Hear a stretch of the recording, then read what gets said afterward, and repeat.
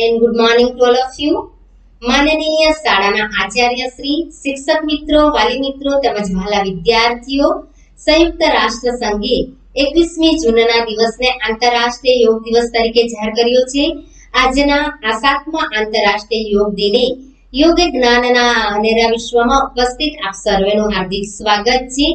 પ્રાચીન ભારતે વિશ્વને આપેલ અનુપમ ભેટ એટલે યોગ માનવતા માટે યુગો યુગોથી યોગની આવશ્યકતા હતી અને રહેશે, કેમ કે જે રીતે પૂરી માનવતા શારીરિક વ્યાધિઓથી ફિઝિકલ ઇન્ટેકની સાથે સાથે મેન્ટલી હેલ્થની જે ચેલેન્જ ફેસ કરી રહી છે, એ ફિઝિકલી, મેન્ટલી અને સામાજિક વ્યક્તિથી સમષ્ટિ સુધી જે કોઈ પ્રશ્ન છે તેનું સમાધાન યોગ છે.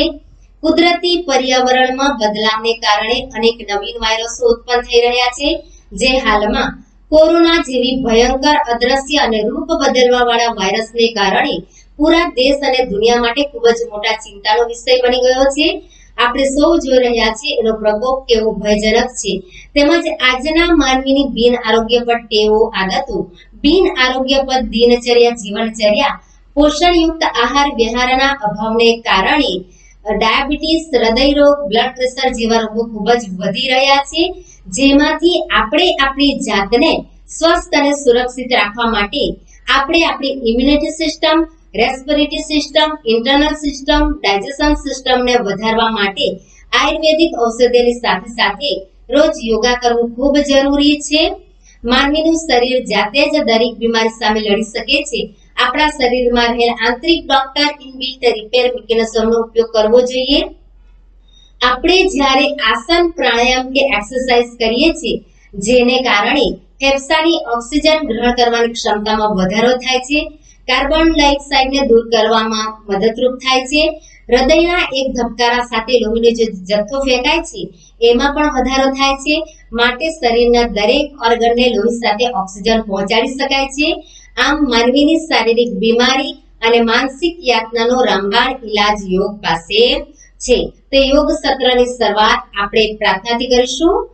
સૌપ્રથમ સ્વસ્થ અને શાંત ચિત્તે મેરુદંડ સીધો, કમર અને ગરદન સીધી રાખીશું.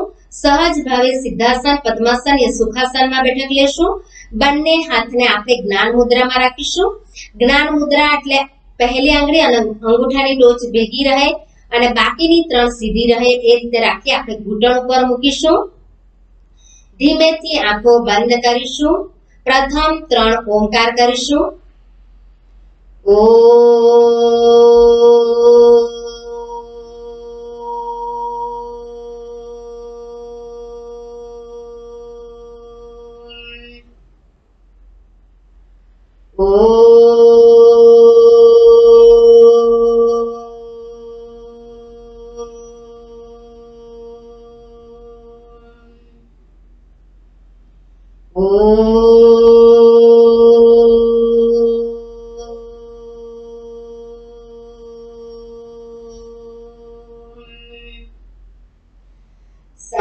સંગચ્ඡત્વં સંવદત્વં સંવો મનસि જાનતા દેવાભાગં યથા પૂર્વે સંજાનાના ઉપાસતે સંજાનાના ઉપાસતે સંજાનાના ઉપાસતે.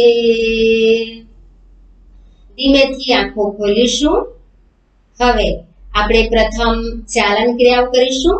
ચાલન ક્રિયાઓ માટે આપણે પોતાની જગ્યા પર ઊભા થઈ જઈશું.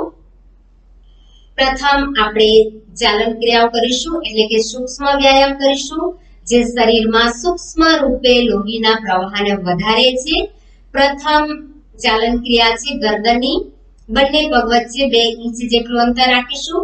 બંને હાથને કમર પર મૂકીશું. શ્વાસ છોડી ગરદનને આગળ તરફ ઝુકાવીશું.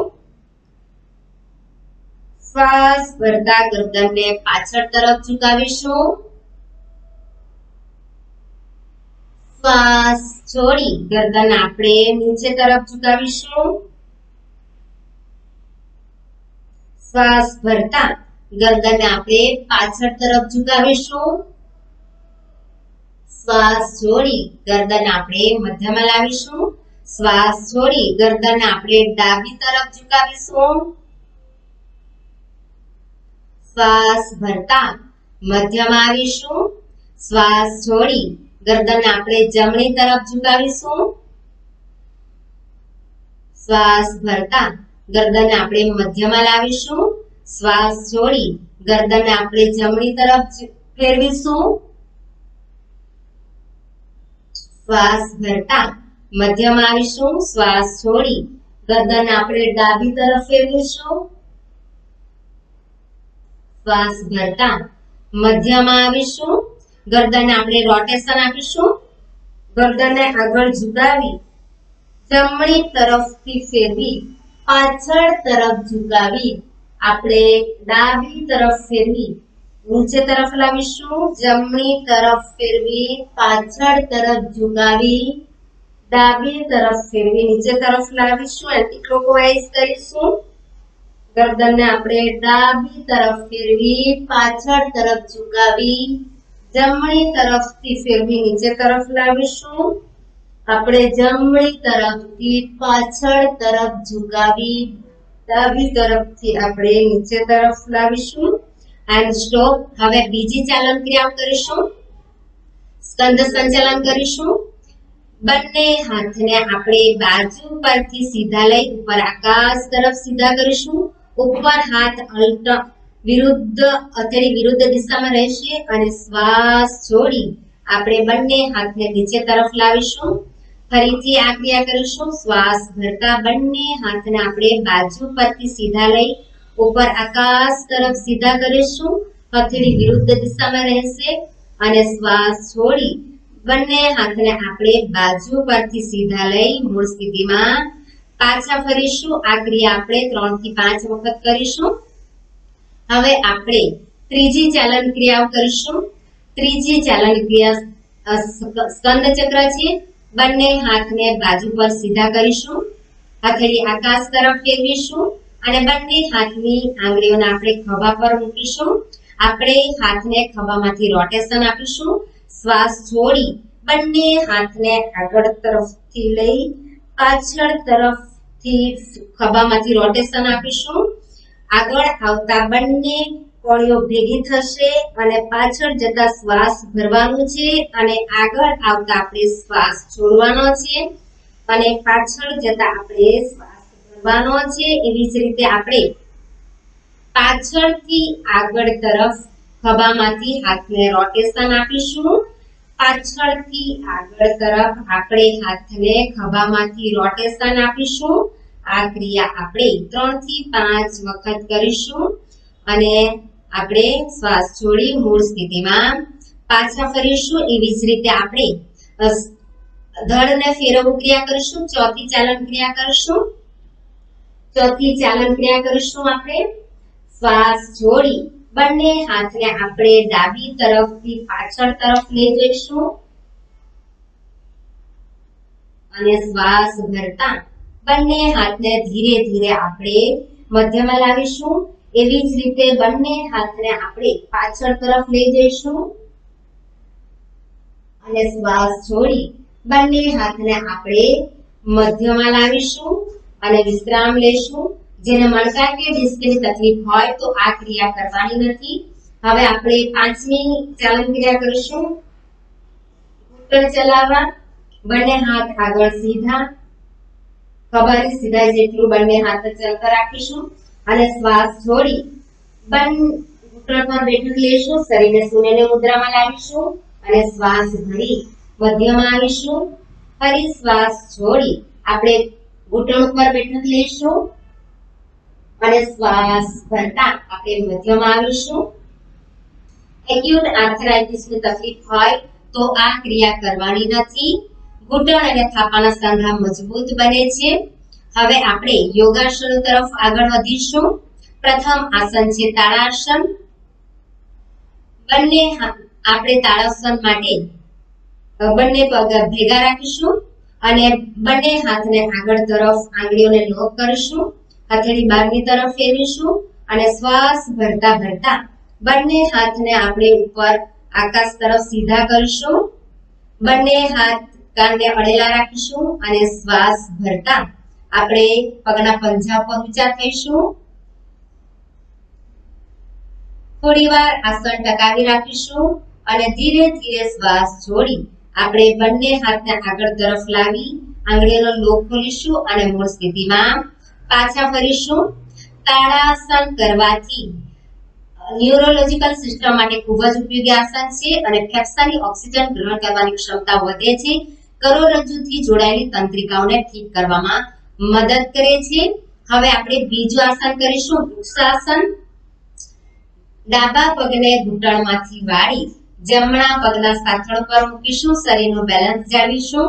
બંને હાથને બાજુ પરથી સીધા લઈ ઉપર બંને હથેળી આકાશ તરફ ફેરવીશું અને ઉપર આકાશ તરફ નમસ્કારની મુદ્રા કરીશું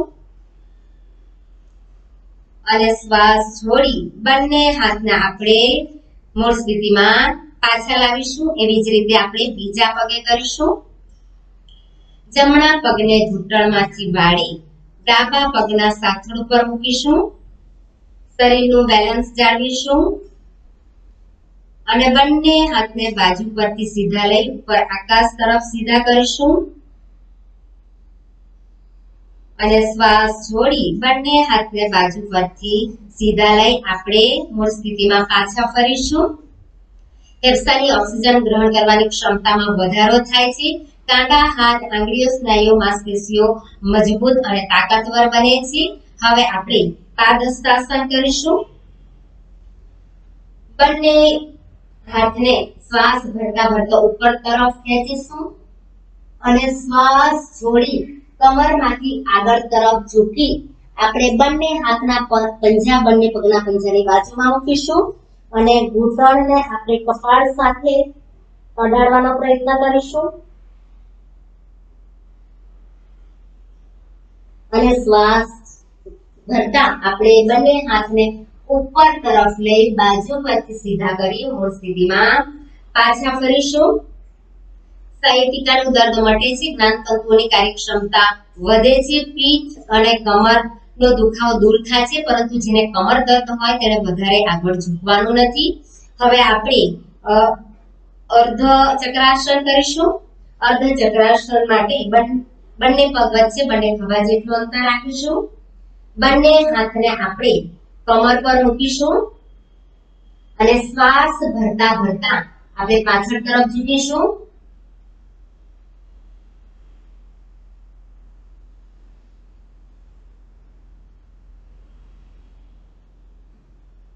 કરોડના નીચેના ભાગથી પાછળની તરફ ઝૂકવાનું છે. ગળાના સ્નાયુઓ મજબૂત બને છે. શ્વાસ લેવાની ક્ષમતામાં સુધારો થાય છે. પરંતુ જેમને ચક્કર આવતા હોય, હાઈ બીપી હોય, હર્નિયા કે સારણગાંઠ હોય તો તેમણે વધારે પાછળ ઝૂકવાનું નથી. હવે આપણે ત્રિકોણાસન કરીશું. ત્રિકોણાસન માટે બંને પગ વચ્ચે આપણે 2 થી 3 ફૂટનું અંતર રાખીશું. પ્રથમ આપણે ડાબી તરફ કમરમાંથી ઝૂકીશું. આપણે ડાબી તરફ કમરમાંથી ઝૂકીશું. ડાબા હાથને ડાબા પગના પંજાની બાજુમાં મૂકીશું અને જમણા હાથને ઉપર આકાશ તરફ સીધો કરીશું. નજર ઉપર આંગળીઓ તરફ રાખીશું. થોડીવાર આસન ટકાવી રાખીશું અને ધીરે ધીરે શ્વાસ છોડી આપણે મધ્યમાં આવીશું. એવી જ રીતે આપણે જમણી તરફ કમરમાંથી ઝૂકીશું. જમણા હાથને નીચે જમણા પગના પંજાની બાજુમાં મૂકીશું અને ડાબો હાથ ઉપર આકાશ તરફ સીધો કરીશું. નજર ઉપર આકાશ તરફ રાખીશું. થોડીવાર આસન ટકાવી રાખીશું અને ધીરે ધીરે શ્વાસ છોડી આપણે મૂળ સ્થિતિમાં પાછા ફરીશું. ડાયાબિટીસ માટે લાભકારી છે. સાંધાના દુખાવા દૂર થાય છે. પગની નસોનો દુખાવો દૂર થાય છે. અંતઃસ્રાવી ગ્રંથિઓ વધારે કાર્યશીલ બને છે. લોહીનું પરિભ્રમણ વ્યવસ્થિત થાય છે. હવે આપણે બેસીને કરવાના આસન માટે પોતાની જગ્યા પર બેઠક લઈ લઈશું. પ્રથમ આપણે બંને પગની આંગળીઓને મૂવમેન્ટ આપીશું. પગના પંજાને આગળની તરફ ખેંચીશું પાછળની તરફ ખેંચીશું. પગના પંજાને આપણે ગોળ ગોળ ફેરવીશું. વિરુદ્ધ દિશામાં ફેરવીશું. હવે બેસીને કરવાનું આસન પ્રથમ આસન છે ભદ્રાસન. બંને પગના પંજાને ભેગા રાખી આપણે શરીરની નજીક લાવીશું. ભદ્રાસન કરીશું. કમર અને ગરદન સીધી રાખીશું. નજર સામે રાખીશું. બંને હાથથી બંને પગના પંજાને પકડીશું. ભદ્રાસન કરવાથી શરીર દ્રઢ બને છે, મગજને સ્થિર રાખે છે, બુદ્ધિ તીક્ષ્ણ બને છે. ક્ષય રોગ, હૃદય રોગ, એપેન્ડિક્સ, જળોદર, ઉદર જેવા ઉદર રોગના અસંખ્ય રોગમાં ખૂબ જ લાભકારી આસન છે. અને આપણે બીજા આસન માટે તૈયાર થઈશું. બીજું આસન છે વજ્રાસન. ડાબા પગને ઘૂંટણમાંથી વાળી ડાબા સાથળ નીચે મૂકીશું. એવી જ રીતે જમણા પગને ઘૂંટણમાંથી વાળી જમણા સાથળ નીચે મૂકીશું અને બંને હાથને આપણે ઘૂંટણ પર મૂકીશું. કમર અને ગરદન સીધી રાખીશું. નજર સામે રાખીશું. ભોજન બાદ એકમાત્ર કરવામાં આવતું આસન વજ્રાસન છે. પાચન શક્તિ સતેજ બને છે. પેટનો વાયુ નાશ થાય છે. પેટના તમામ રોગો દૂર થાય છે. પગ, સાથળ, કમર, કરોળની શક્તિ વધે છે. હવે આપણે અર્ધઉષ્ટ્રાસન કરીશું. ઘૂંટણ ઉપર ઊભા થઈશું. બંને હાથથી આપણે બંને હાથ કમર પર મૂકીશું. આંગળીઓ નીચે તરફ અને અંગૂઠા આગળ તરફ રહે એ રીતે રાખીશું અને શ્વાસ ભરતા આપણે પાછળ તરફ ઝૂકીશું.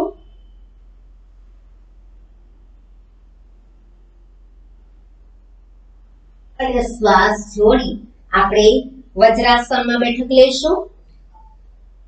અર્ધઉષ્ટ્રાસન કરવાથી ડોક, પીઠ અને પેટના સ્નાયુઓ મજબૂત બને છે. કબજિયાત દૂર થાય છે. કમરનો દુખાવો દૂર થાય છે અને શ્વાસ લેવાની ક્ષમતા વધે છે. હવે આપણે ઉષ્ટ્રાસન કરીશું. ફરીથી આપણે ઘૂંટણ પર ઊભા થઈશું અને શ્વાસ ભરતા જમણા હાથથી જમણા પગની એડી અને ડાબા હાથથી ડાબા પગની એડી પકડીશું. નજર ઉપર આકાશ તરફ રાખીશું. થોડીવાર આસન ટકાવી રાખીશું અને ધીરે ધીરે શ્વાસ છોડી આપણે વજ્રાસનમાં બેઠક લેશું. ઉષ્ટ્રાસન કરવાથી દ્રષ્ટિ દોષમાં ઘણું લાભકારી છે. શ્વાસ લેવાની ક્ષમતામાં વધારો થાય છે. યકૃત, બરોળ અને સ્વાદુપિંડને શક્તિ અને બળ પ્રદાન કરે છે. કાર્યક્ષમ બને છે. શરીરની વધારાની ચરબી દૂર થાય છે. હવે આપણે સશંકાસન કરીશું. બંને ઘૂંટણ વચ્ચે થોડું વધારે અંતર રાખીશું. પાછળ બંને પગના અંગૂઠા ભેગા રહે એ રીતે બેઠક લેવાની છે. શ્વાસ ભરતા આપણે બંને હાથને ઉપર તરફ લઈશું. શ્વાસ ભરીશું અને શ્વાસ છોડતા આપણે બંને હાથને જમીન પર મૂકીશું અને ઘર્ષણ આપતા આપણે બંને હાથને આગળ તરફ લઈ કમરમાંથી આગળ ઝૂકીશું.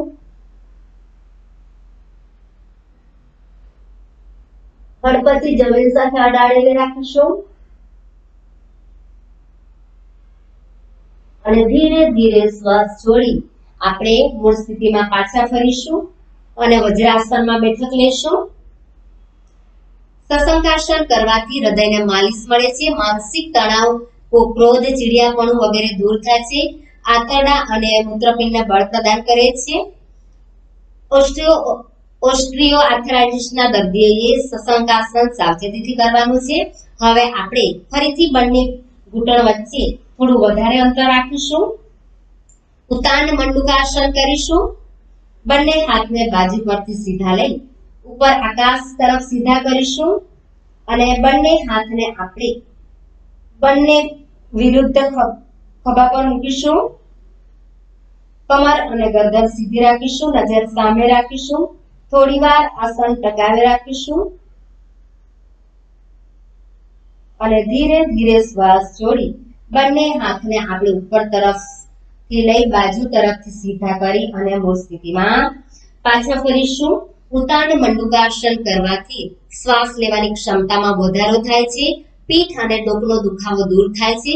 શરીરના મધ્યપટલ માટે ખૂબ જ ઉપયોગી આસન છે. હવે આપણે વક્રાસન માટે તૈયાર થઈશું. વક્રાસન કરીશું. જમણા પગને ઘૂંટણમાંથી વાળી ડાબા પગના ઘૂંટણ પાસે મૂકીશું અને ડાબા હાથથી આ જમણા ઘૂંટણનો વીંટો વાળી આપણે પગના પંજા પાસે મૂકીશું અને જમણો હાથ પાછળ તરફ રાખીશું.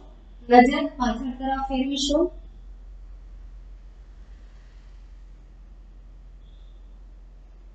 અને શ્વાસ ભરતા આપણે મધ્યમાં આવીશું.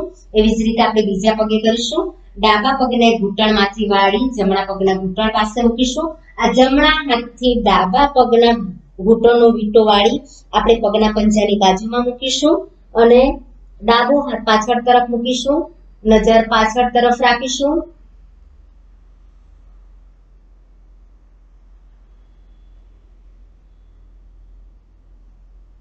અને શ્વાસ ભરતા આપણે મૂળ સ્થિતિમાં પાછા ફરીશું. વક્રાસન કરવાથી કમરની ચરબી ઓછી થાય છે, યકૃત અને ભરોડ માટે લાભકારી છે, લોહીનું પરિભ્રમણ વ્યવસ્થિત થાય છે. હવે આપણે પેટ પર સૂઈને કરવાના આસનો માટે પેટ પર સૂઈ જઈશું.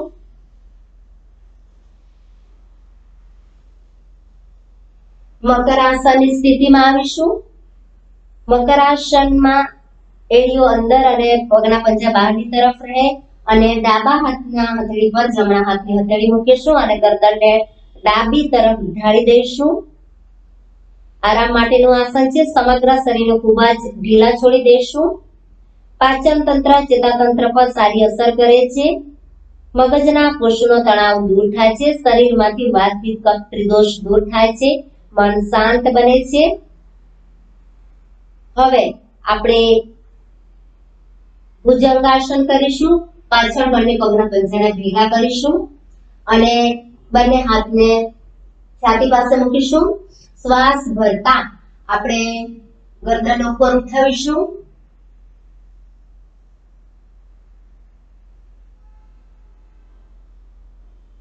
અને શ્વાસ છોડી આપણે મકરાસનની સ્થિતિમાં આવીશું. ભુજંગાસન કરવાથી થાઇરોઇડ અને એડ્રિનલ ગ્રંથિ વધારે કાર્યશીલ બને છે. શ્વાસ લેવાની ક્ષમતામાં સુધારો થાય છે. હવે આપણે સલભાસન કરીશું. બંને પગના પંજાને ભેગા રાખીશું. બંને હાથને આપણે સાથળ નીચે મૂકીશું અને પાછળથી બંને પગને ઘૂંટણમાંથી વાળ્યા સિવાય 30 ડિગ્રી જેટલા ઊંચા કરીશું.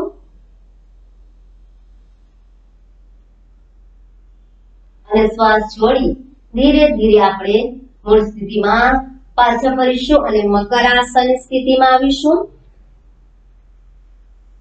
સલભાસન કરવાથી સાયટિકાના દર્દ, કમર દર્દમાં રાહતરૂપ છે.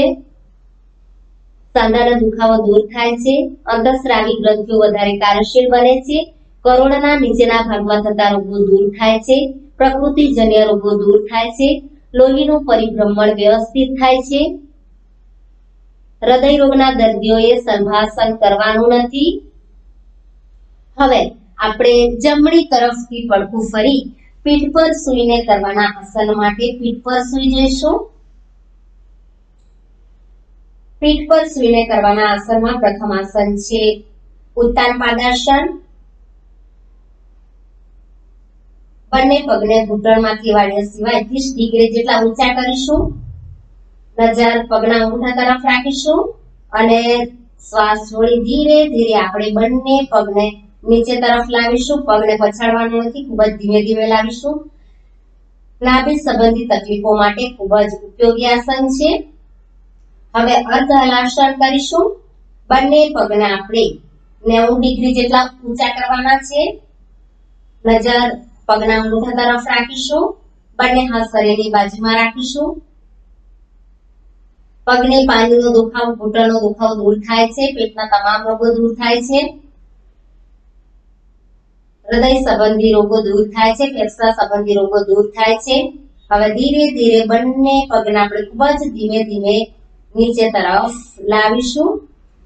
ત્યાર પછી આપણે બંને પગને ઘૂંટણમાંથી વાળી થાપા નજીક લાવીશું અને બંને હાથથી બંને પગની ઘૂંટી પાસે પકડીશું અને શ્વાસ ભરતા આપણે સેતુબંધાસન કરીશું.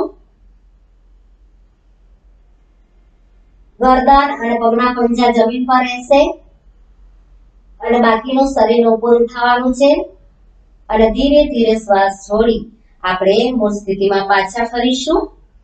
બંને પગને લંબાવીશું. સેતુ બંધાસન કરવાથી કરોડરજ્જુ સ્વસ્થ અને લચીલું બને છે. શ્વાસ લેવાની ક્ષમતામાં સુધારો થાય છે. કમરનો દુખાવો, પીઠનો દુખાવો દૂર થાય છે. હવે આપણે પવન મુક્તાસન કરીશું. બંને પગને ઘૂંટણમાંથી વાળી છાતી પાસે લાવીશું અને બંને હાથથી આપણે બંને ઘૂંટણ પાસે લોક કરીશું અને પાછળથી ગરદનને ઉઠાવી આપણે ઘૂંટણ સાથે નાકને અડાડવાનો પ્રયત્ન કરીશું. થોડીવાર આસન ટકાવી રાખીશું અને ધીરે ધીરે શ્વાસ છોડી આપણે મૂળ સ્થિતિમાં પાછા ફરીશું. જૂની કબજિયાત, ગેસ, એસિડિટી, અપચો, આફરો, જલંધર, આંતરવૃદ્ધિ, લોહી વિકાર જેવા અસંખ્ય પેટના રોગો દૂર થાય છે. કમર, સાથળ અને નિતંબની વધારાની ચરબી દૂર થાય છે. હવે આપણે શવાસનની સ્થિતિમાં આવીશું. બંને પગને ખુલ્લા રાખીશું. એડીઓ અંદરની તરફ, પંજા બહારની તરફ રહે એ રીતે રાખીશું. બંને હાથને શરીરથી સહેજ દૂર હથેળી આકાશ તરફ ખુલ્લી રાખીશું અને ગરદન આપણે ડાબી તરફ ઢાળી દઈશું. શવાસન કરીશું. રિલેક્સેશન માટેનું આસન છે. સમગ્ર શરીરના સ્નાયુને ખૂબ જ ઢીલા છોડી દઈશું. માનસિક તણાવ દૂર થાય છે. શરીર અને મગજ બંનેને આરામ મળે છે. અસ્થમા, ડાયાબિટીસ, હૃદય રોગ, બ્લડ પ્રેશર, માનસિક રોગવાળા માટે ખૂબ જ લાભકારી આસન છે. મન શાંત બને છે. એકાગ્રતા વધે છે. નકારાત્મક વિચારો દૂર થાય છે. ઊંઘ સારી આવે છે. શરીર, મન, મગજ અને આત્માને સંપૂર્ણ આરામ, શક્તિ, સ્ફૂર્તિ, તાજગી અને ઉત્સાહ મળતા શરીર નવજીવન પ્રાપ્ત કરે છે. સાચી રીતે કરવામાં આવેલું 10 મિનિટનું શવાસન 6 કલાકની ઊંઘ જેટલો ફાયદો થાય છે. હવે આપણે જમણી તરફથી પડખું ફરી ડાબા હાથનો ટેકો લઈ આપણે પોતાની જગ્યા પર બેઠક લઈ લઈશું. સૌપ્રથમ સ્વસ્થ અને શાંત ચિત્તે મેરુદંડ સીધો, કમર અને ગરદન સીધી રાખીશું. નજર સામે રાખીશું. સહજ ભાવે સિદ્ધાસન, પદ્માસન યા સુખાસનમાં બેઠક લઈશું. બંને હાથને જ્ઞાન મુદ્રામાં રાખી આપણે ઘૂંટણ ઉપર મૂકીશું. પ્રથમ 3 ઓંકાર કરીશું. લાંબો ઊંડો શ્વાસ ભરી ઓમનો નાદ કરીશું. તો આવો કરીશું ઉદ્ગીત પ્રાણાયામ.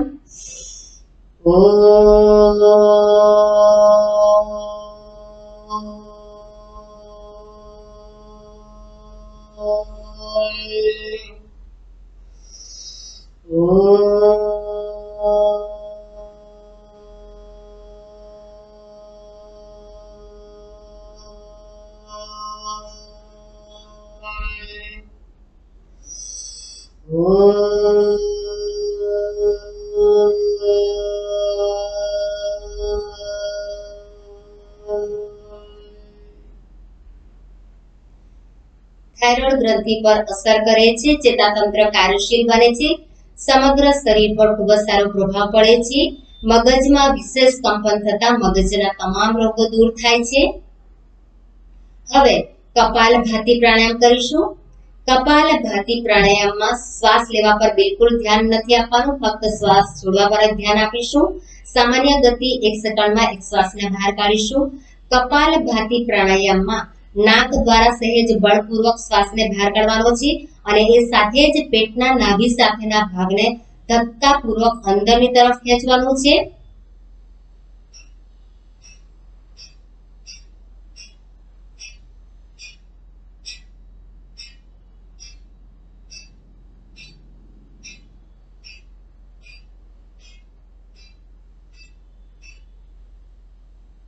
આપણા શ્વાસોશ્વાસ દરમિયાન અસંખ્ય નેનો પાર્ટિકલ્સ આપણા નાસિકા દ્વારા મગજમાં અને શરીરમાં પ્રવેશ કરે છે. પરંતુ આપણે જ્યારે કપાલભાતિ પ્રાણાયામ કરીએ છીએ ત્યારે કપાલભાતિ પ્રાણાયામમાં બળપૂર્વક શ્વાસને બહાર કાઢવાનો હોવાથી વેન્ચુરિન ઇન્ટેક ક્રિએટ થાય છે, જે નેસલ પેસેજમાં થોડીવાર માટે વેક્યુમ ક્રિએટ થાય છે, જે નેનો પાર્ટિકલ્સ અને ટોક્સિન પાર્ટિકલ્સને ખેંચીને બહાર કાઢે છે. કપાલભાતિ પ્રાણાયામ કરવાથી શરીરને પૂરતા પ્રમાણમાં ઓક્સિજન મળે છે, કાર્બન ડાયોક્સાઇડ બહાર નીકળે છે, રુધિરાભિસરણ તંત્રની કાર્યક્ષમતા ખૂબ વધે છે, પાચન શક્તિ સતેજ બને છે, જઠરાગ્નિ પ્રદીપ્ત થાય છે, શ્વાસ નળીમાં થતો કફનો નાશ થાય છે, તેથી દમ મટે છે, લોહી શુદ્ધ થાય છે. તમારે કપાલભાતી પ્રાણાયામ કરવાનું ચાલુ રાખવાનું છે. હવે આપણે અનુલોમ વિલોમ પ્રાણાયામ કરીશું.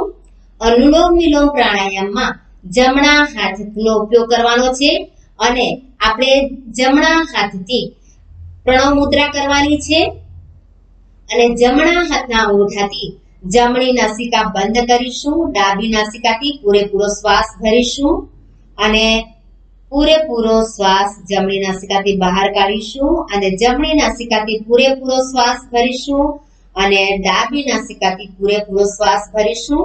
આ ક્રિયા આપણે બંને નાકથી 5-5 વખત કરીશું.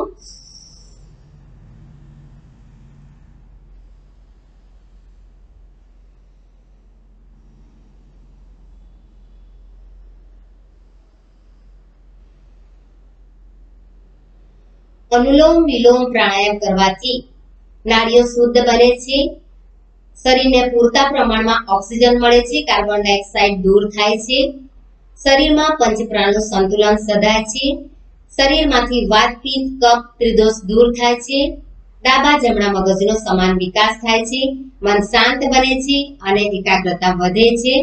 હવે આપણે શીતલી પ્રાણાયામ કરીશું. શીતલી પ્રાણાયામમાં જીભને પીપુડીની જેમ બહાર કાઢવાની છે અને શ્વાસ ભરવાનો છે અને ત્યાર પછી જીભને મોંમાં મૂકી તાળુ સાથે અડાડવાની છે, આંખો બંધ રાખવાની છે, ફરીથી પાછી જીભને બહાર કાઢવાની છે. એ ક્રિયા કરવાની છે. તો આપણે કરીશું શીતલી પ્રાણાયામ.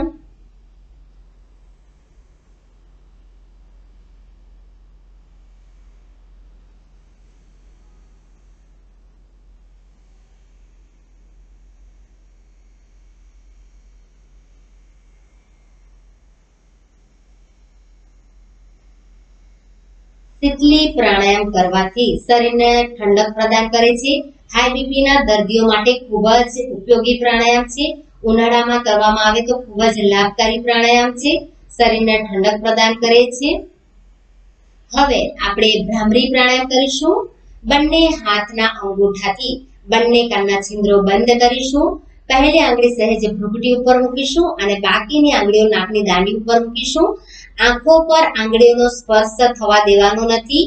નાક દ્વારા પૂરેપૂરો શ્વાસ ભરીશું અને પૂરેપૂરો શ્વાસ ભમરાના ગુંજન જેવો અવાજ કરતા બહાર કાઢીશું. તો લાંબો ઊંડો શ્વાસ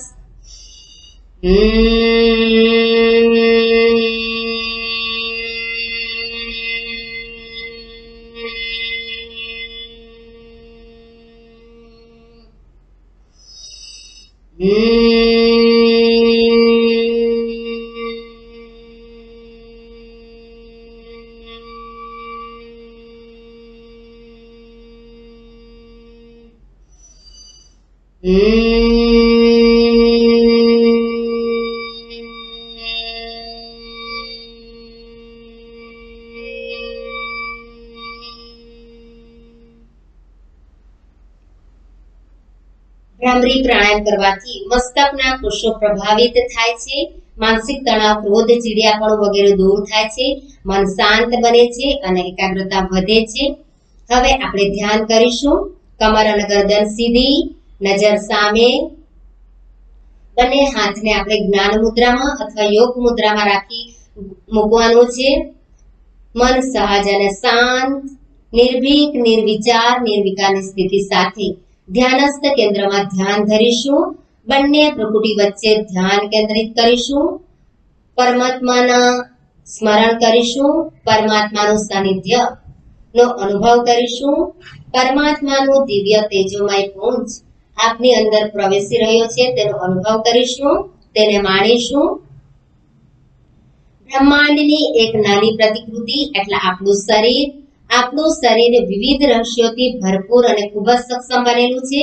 આપણા શરીરમાં અનેક તકલીફો ઊભી થાય છે, તેને દૂર કરવાની તાકાત અને ક્ષમતા આપણા શરીરમાં જ રહેલી છે. શરીરનું કેમિસ્ટ્રી ગ્રંથિઓ પર આધારિત છે, જે વિવિધ આસન, પ્રાણાયામ, મુદ્રા દ્વારા શરીરના અવયવ પર તેનો સીધો પ્રભાવ પડે છે. વિદ્યાર્થીઓનું ફિઝિકલ સ્ટેમિના વધારવા માટે, સ્ટ્રેસ, તણાવ અને વ્યગ્રતાને દૂર કરવા માટે, આઈક્યુ પાવર માટે, પર્સનાલિટી ડેવલપમેન્ટ માટે, સ્મૃતિ શક્તિ, નિર્ણય શક્તિ, આત્મવિશ્વાસ વધારવા માટે યોગા ખૂબ જ મહત્વનો ભાગ ભજવે છે. હવે આપણે યોગાનું ક્લોઝિંગ પ્રેયર કરીશું.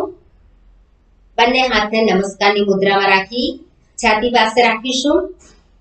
સર્વે ભવન્તુ સુખિનઃ,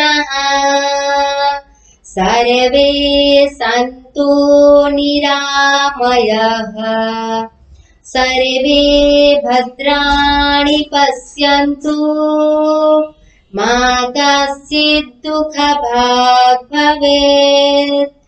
ઓમ શાંતિ શાંતિ શાંતિ. બંને શક્તિ સ્વરૂપ ભુજાઓને ઉપર તરફ લઈ હથેળી પરસ્પર ઘસીશું અને આંખો પર લગાવીશું અને દિવ્ય પ્રકાશનું દર્શન કરતા ધીમેથી આંખો ખોલીશું. તો આપણે ફક્ત 21મી જૂનના દિવસે જ યોગા કરીએ છીએ, પરંતુ આપણે આપણા સ્વાસ્થ્ય માટે આપણે રોજ નિયમિત રીતે 10 મિનિટ પણ સવારે આસનો પ્રાણાયામ કરવાના છે. આપણે જાતે આસન કરીએ, આપણા પરિવારને કરાવીએ, આપણા આસપાસના લોકોને કરાવીએ, આપણા સમાજના લોકોને કરાવીએ અને એવી રીતે એક સ્વસ્થ ભારતનું નિર્માણ કરીએ. હવે બંને હાથને આપણે પાછળ તરફ લઈશું. જમણા હાથના કાંડાને ડાબા હાથથી પકડીશું અને આગળ તરફ ઝૂકી ધરતી માતાને પ્રણામ કરીશું, ગુરુ પતંજલિને પ્રણામ કરીશું, ઉગતા સૂર્યને વંદન કરીશું, માતા પિતાના ચરણ સ્પર્શ કરીશું અને સર્વને નમસ્કાર કરીશું. Thank you very much. અહીં આપણો યોગ